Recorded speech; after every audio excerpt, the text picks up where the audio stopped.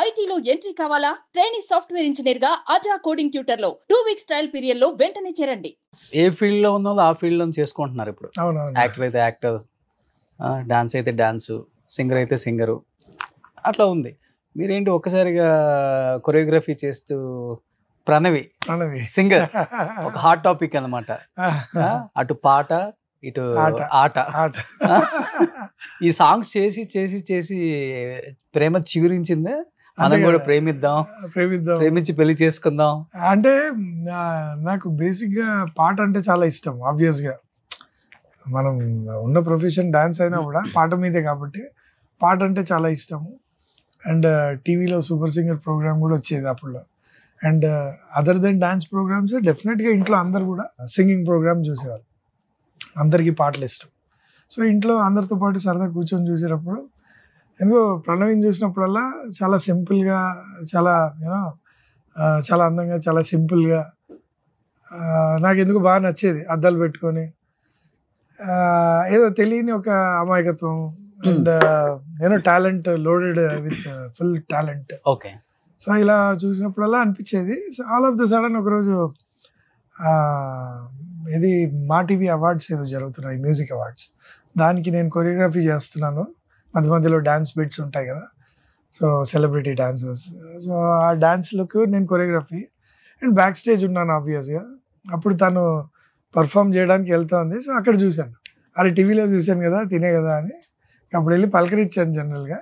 And అప్పటి నుంచి స్ట్రాంగ్గా పడిపోయి. ఏమని పరిచయం చేసుకున్నారు? పరిచయం చేసుకోలేదు, డైరెక్ట్ పలకరించా. హాయ్ అండి, ఏంటి నెక్స్ట్ పర్ఫార్మెన్సా అని. తను కంగారు పడుతుంది, నెక్స్ట్ వెళ్ళాలి కదా స్టేజ్ మీద అని అన్నీ చూసుకుంటాను. సో అవునండి వెళ్ళాలి, పర్ఫామ్ చేయాలి అంటే ఆల్ ది బెస్ట్ అన్నాను అని వచ్చేసాను. కానీ దూరం నుంచి కూర్చొని చూస్తూనే ఉన్నా. ఆ రోజు పండగ ఏంటంటే కళ్ళారా టీవీలో చూసేది. బాబో ఎంతుందా. సో టీవీలో చూసి అంటే చాలా సింపుల్గా, సింపుల్ అమ్మాయి, నెక్స్ట్ డోర్ గల అమ్మాయి, మన ఇంటి పక్కన ఉన్న అమ్మాయి, మనం ఎలా ఉంటే మనం ఇష్టపడతాము అలా చాలా సింపుల్గా, చాలా అందంగా, చాలా క్యూట్గా. ఓకే. అండ్ టాలెంట్ అయితే ఇంకా అసలు బండల్, తనకి ఉన్న ఫుల్ టాలెంట్ అసలు నేను చాలా ఇష్టపడేవాడిని. సో అలా ఉండి చూస్తూ ఉండిపోయాను. ఇంకా తర్వాత రీచ్ అవ్వడం, ఫ్రెండ్స్ నుంచి నంబర్ పట్టుకొని రీచ్ అయ్యి తర్వాత తన్ని డైరెక్ట్ ప్రపోజ్ మ్యారేజ్కి అడిగేయడం. ఓకే. తను కాదనడం, ఎందుకంటే తనకి ఇంకా అడిగితే కాదన్నారా? డైరెక్ట్ ఎవరు ఒప్పుకుంటారు డార్లింగ్, ఒప్పుకోరు కదా. ఉంటావు కదా. అయినా కూడా అదే అంటున్నా, అప్పుడు ఆ పొగరే ఉండేది. నేను బాగానే ఉంటాం కదా రఘు మాస్టర్, అదేంటి ఒప్పుకోలేదు అని. అప్పటికి ఏ సాంగ్స్ అయిపోయినాయి? అప్పటికి ఇవన్నీ కూడా అంటే 2014-15 అంటే ఇవన్నీ పెద్ద పెద్ద సాంగ్స్ అంతా నోటెడ్. వాళ్ళ ఇంట్లో కూడా అందరికీ తెలుసు నేను ఆ టీవీలో ఉండడం. బట్ స్టిల్ ఒక అమ్మాయి సడన్ గా ఒప్పుకోలేదు. అండ్ ఏంటంటే రీజన్ అలా, ఇంకా ఎల్డర్ సిస్టర్ ఉన్నారు మ్యారేజ్కి, తను చెప్పిన రీజన్. బట్ నేను ఇంకా ఆగుతాను పర్లేదు అంటే, అయ్యో నా గురించి ఏం కావద్దు మీరు కంటిన్యూ అని అంటే ఎక్కడో చిన్న కోపము, ఒక ఇది వచ్చింది. అరే కంటిన్యూ అంటే మనం ఆగుతామంటున్నాం కదా అని అలానే చాటింగ్లో కొంచెం హార్ష్గా నేను మాట్లాడడం. తర్వాత మళ్ళీ ఒక 6 months గ్యాప్. ఆ తర్వాత మళ్ళీ తన దగ్గర నుంచి మెసేజ్ రావడము, హ్యాపీ రిపబ్లిక్ డే అని ర్యాండమ్గా వచ్చినట్టుంది. తను అందరికీ గ్రూపులు కొట్టేస్తారు కదా మెసేజ్, హ్యాపీగా ఫీల్ అవ్వడం. ఆ తర్వాత ఫోన్ చేయడము, తర్వాత మాటలు ఎందుకో నార్మల్గా అయిపోవడము. తను అప్పుడే ఎస్పీ గారితో టూర్ కానీ లండన్ వెళ్తుంది, నేను షూటింగ్ కానీ బ్యాంకాక్ వెళ్తున్నాను. సో ఇదేదో టైం బాగుంది కదా అని వాయిస్ మెసేజ్ పెట్టేశాను. సో ఈసారి అడ్వాంటేజ్ ఏం లేదు, జస్ట్ బీ లైక్ ఫ్రెండ్స్. కానీ బట్ స్టిల్ ఒక ప్రపోజల్ పెడుతున్నాను, వద్దనుకుంటే వద్దు అన్నట్టు పెట్టాను. తను కూడా వాయిస్ మెసేజ్కి రియాక్ట్ అయ్యి మా ఇంట్లో వాళ్ళు ఒప్పుకుంటే నాకేం ప్రాబ్లం లేదని చెప్పి పెట్టారు. అదే నువ్వు ఒప్పుకుంటే పెళ్లి చేసుకుంటాను, బట్ ఈ టైం మటుకు అడ్వాంటేజ్ ఏం తీసుకోవట్లేదు, మళ్ళా మాట్లాడుతున్నావు అని చెప్పి నేను వెంటనే మళ్ళా నేను పోక్ చేయట్లేదు. ఏదో నాకు అనిపించింది, ఇంకోసారి పాజిటివ్గా అడుగుతున్నా, వద్దనుకుంటే కనుక ఫ్రెండ్స్ లాగా ఉందాము, ప్రాబ్లం లేదు. బట్ తను వాయిస్ మెసేజే పెట్టింది ఏంటంటే ఫ్యామిలీ ఒప్పుకుంటే నాకేం ప్రాబ్లం లేదు. ఆ తర్వాత నుంచి ఇంక ఇంట్లో వాళ్ళని గెలవడం స్టార్ట్ చేశాను. ఇంకా డైలీ వాళ్ళ ఇంటికి వెళ్ళడం, పరిచయం చేసుకోవడం, వాళ్ళు కూడా పాజిటివ్ రెస్పాన్స్. 6 months తర్వాత దాన్ని ఉంటుంది కదా, ఇప్పుడు అమ్మాయిని ఇస్తున్నారంటే కొంచెం ఆచితూచి ఇవ్వాల్సిందే కదా. ఎంత మనం నోన్ ఫేస్ అయినా ఎంత ఇదైనా కూడా జాగ్రత్తగా ఇవ్వాల్సిందే కదా.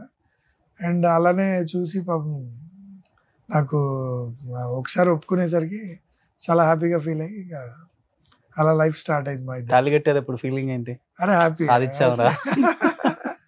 అనుకున్న అమ్మాయిని చేసుకున్నామని, ఆ, అంతే కదా. అంతే. అనుకున్న అమ్మాయిని చేసుకుంటున్నాం అంటే అది ఎంతో సాధించడం డెఫినెట్లీ. సో ఆ ఫీలింగ్ అండ్ ఇన్నర్ ఫీలింగ్ బేసిక్గా చాలా హ్యాపీ ఫీలింగ్. ఏంటంటే బేసిక్గా నేను ఎలా ఉంటానో తను కూడా అలానే. చాలా ఎక్స్ట్రోవర్ట్ ఏం కాదు, ఇంట్రోవర్ట్స్. ఎక్కువ సోషల్ మీడియా, ఎక్కువ హంగామా ఏం లేదు. చాలా సూపర్ సింపుల్ లైఫ్. అండ్ హంగామా ఎక్కువ ఉండదు, ఏదున్నా నార్మల్గా. సో అలా ఉంటుంది కాబట్టి తను నాకు సూట్ అయ్యే. అంటే ఒకళ్ళనొకళ్ళు అర్థం చేసుకొని పెళ్లి చేసుకోలేదు తొందరగా. మీరు చూసావు, ఇష్టపడ్డావు, బాగుంటదని సినిమాలో చూసినట్టే ఉంది. సేమ్ 6 months ఏదైతే జర్నీ సేమ్ సినిమాలో ఉన్నట్టే ఉంది. ఇప్పుడు 6 months ఏదైతే జర్నీ స్టార్ట్ చేశాను అన్నాను, డైలీ వాళ్ళ ఇంటికి వెళ్ళడము, పెళ్లి చేసుకుందాం అని ఫిక్స్ అయిపోయాక తెలిసింది ఇంకా 6 నెలలు ఇంటికి వెళ్ళటం. ఇంకా వాళ్ళు ఒప్పుకోలేదు అప్పటికి. ఒప్పుకోపోయినా ఇంట్లో వాళ్ళు కూడా ఒప్పుకోలేదు. బట్ ఏదో ఫ్రెండ్ లాగా జనరల్గా వెళ్ళేవాడిని, వాళ్ళు కూడా ఫ్రెండ్ లాగానే ట్రీట్ చేసేవాళ్ళు. ఆ 6 months తర్వాత అడిగాను అంటే వాళ్ళ మదర్ని, ఇలా ఇప్పటికైనా ఓకేనా కాదా ఒకసారి చెప్పండి అని. సో ఆ 6 months కూడా అడ్వాంటేజ్ ఏదో వాళ్ళు ఒప్పుకోలేదు. ఒప్పుకోకుండానే నేను జనరల్గా ఫ్రెండ్ లాగా వెళ్ళేవాడు. ఇన్ కేస్ ప్రణవి కాకపోతే ఎవరిని చేసుకుందాం? ఇంకా అది ఊహ కూడా లేదు అసలు, ఎందుకంటే అది మైండ్లో లేదు. ఇంకోటి ఏంటంటే అదే అంటారు కదా, ఒకసారి గెలిచిన తర్వాత ఓటమి గురించి ఆలోచించకూడదు. సో గెలిచేసాం అంతే. బట్ పెళ్ళైన తర్వాత ఎక్కువ ఎవరు అర్థం చేసుకున్నారు? బేసిక్ గా పేషెన్స్ ఎవరికి ఎక్కువ? తనకే ఎక్కువ పేషెన్స్. ఓకే. నేను కొంచెం బయట ఉన్నంత స్మూతింగ్ కాదు, జనరల్ గా కొంచెం కోపము అవి తెలుసు. సో తను కూడా ఏంటంటే చాలా చాలా ఓపిక ఎక్కువ, తనకి చాలా ఓపిక ఎక్కువ. అండ్ అర్థం చేసుకుంటది చాలా. అండ్ నాకు ఏమంటారు, నేర్పివ్వడానికి ట్రై చేస్తుంది. ఇలా కాదు, నువ్వు వెళ్తున్న దారి ఇది కాదు ఇది అని చెప్పడానికి చాలా ట్రై చేస్తుంది. అదే ఇది ఇప్పుడు హెల్త్ ఇష్యూలో కూడా అదే కదా ప్రాబ్లం. సో చాలాసార్లు పాపం ఇనిషియేటివ్ ఉన్నప్పుడు ఒక టాబ్లెట్తో పోయేది, డాక్టర్ దగ్గరికి వెళ్దాము, కేరింగ్ ఎక్కువ తను, వెళ్దాము అని ఎన్నోసార్లు చెప్పేది.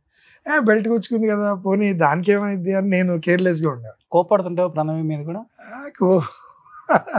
కోపం అనేది ఏం లేదు, కానీ అట్లా కోపం ఏం లేదు అసలు. ఆ రేంజ్ కోపాలు అవన్నీ ఏముండవు. జనరల్గా మామూలుగానే ఉంటుంది. ఇంట్లో పై చేయి తందేనా?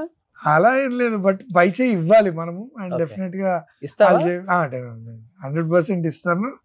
అండ్ తను డెసిషన్స్ బాగుంటాయి. తను ఏదైనా చెప్పినా కూడా దానికి ఒక మీనింగ్ ఉంటుంది. అది మనం కొంచెం మన పై చేయి ఉండాలని అర్థం చేసుకుంటాం, కానీ బేసిక్గా దాన్ని కరెక్ట్గా ఆలోచిస్తే కరెక్ట్గా. అంటే రఘు మాస్టర్ని చేసుకున్న తర్వాత మీ కెరీర్ అయితే యాజ్ యూజువల్గా వెళ్ళిపోతుంది, కానీ తన జర్నీ మటుకు ఇండస్ట్రీలో ఆగిపోయింది కొంతవరకు. కొంచెం ఆగింది. అవును. అంటే రఘు రిస్ట్రిక్షన్స్ వల్ల, లేకపోతే వద్దనుకోవటమా, ఆఫర్స్ తగ్గటమా? కాదు, రెస్ట్రిక్షన్ ఏం లేదు. ఎందుకంటే నేను ఎంత ఎంకరేజ్ అండ్ నాకే తన పాట అంటేనే ఇష్టపడే కదా చేసుకున్నది. సో అలాంటి పాటను మనం ఎక్కడ ఆపకూడదు, ఆపలేము. అండ్ ఆ పాట ఇష్టం మనకు.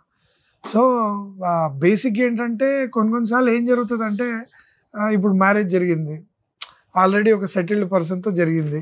కొంతమంది మిత్ ఉంటుంది ఏంటంటే, ఇంకేంటి సెటిల్ అయిపోయారు వీళ్ళకి అవసరం లేదులే అని కొంతమంది ఉంటారు. ఇండస్ట్రీ వాళ్ళే ఉంటారు. అంటే వీళ్ళకి ఏం అవసరం ఉంటుంది, ఇంకా ప్రణవికి హ్యాపీగా రఘు దొరికేశాడు, సో ఇంకా స్ట్రగుల్ అవుతున్న వాళ్ళు చాలా మంది ఉన్నారు కదా, వాళ్ళకి హెల్ప్ చేద్దాము. సో ఇలా కొన్నిసార్లు కొంతమంది దగ్గర అలా ఉంటుంది.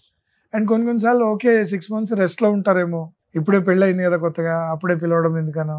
సో ఇలాంటివన్నీ కొన్ని జరుగుతాయి, ఏదో స్టకింగ్ పాయింట్ ఉంటుంది. అండ్ ఆ తర్వాత బేసిక్గా ఇంకా తెలిసిందే మన లైఫ్స్లో ఎట్లా ఉంటుంది అంటే, ప్రెగ్నెంట్గా ఉన్నప్పుడు అండ్ పాప పుట్టిన తర్వాత కానీ ఒక 1-2 years సాక్రిఫైసింగ్ 100% వాళ్ళు లేనిదే జరగదు. సో బేసిక్గా వాళ్ళు అదే ఆడవాళ్ళకు ఉన్న ఒక గొప్ప నేచర్ ఏంటంటే, ఎదుటోడిని ముందు ఉండి నడిపిస్తారు. అలా నన్ను ఎంకరేజ్ చేస్తూ తను కొంచెం బ్యాక్అవుట్ అయింది, బట్ స్టిల్ ఇప్పుడు వచ్చేసి బాధపడుతుంది ఎప్పుడన్నా గా ఉంటుంది కదా. ఏంటంటే స్టక్ అయింది ఒక లెవెల్లో. బట్ నాకెంత ఇష్టం అంటే, ఇప్పుడు సోషల్ మీడియా కూడా బాగా డెవలప్ అయిపోయింది.